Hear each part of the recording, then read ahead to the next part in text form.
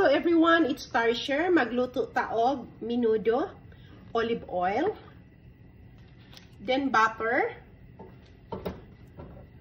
Version ko to. And then, ilagay ko na yung sibuyas. Sabay ko na yung bawang. Just add the garlic.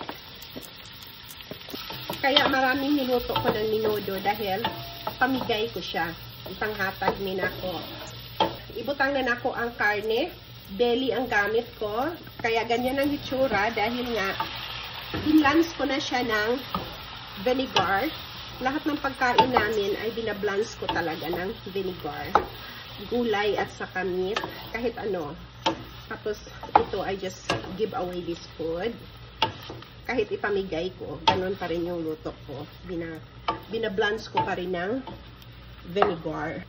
Brown lang natin siya konti. So, ilagay na natin yung, ang gamit ko ay tomato paste. Nasa sa inyo yun kung gusto nyo ng tomato sauce or asweti. Pwede din, pero ito ang gamit ko. Isang can lang na tomato paste ang gamitin ko. Ganyan lang siya. As I said, this is my version. At saka, kailangang masarap to. Kasi nga, ipamigay ko. And then, yung spices ko, hindi ito na lahat. Nilagay ko na silang lahat dyan. At saka, special yung minudo natin ngayon. Dahil nga, hahaluan ko siya mamaya ng Chinese chorizo. So, and this is my version. Lagyan ko siya ng tubig. Mga 2 cups na tubig. Para may sabaw siya kunti.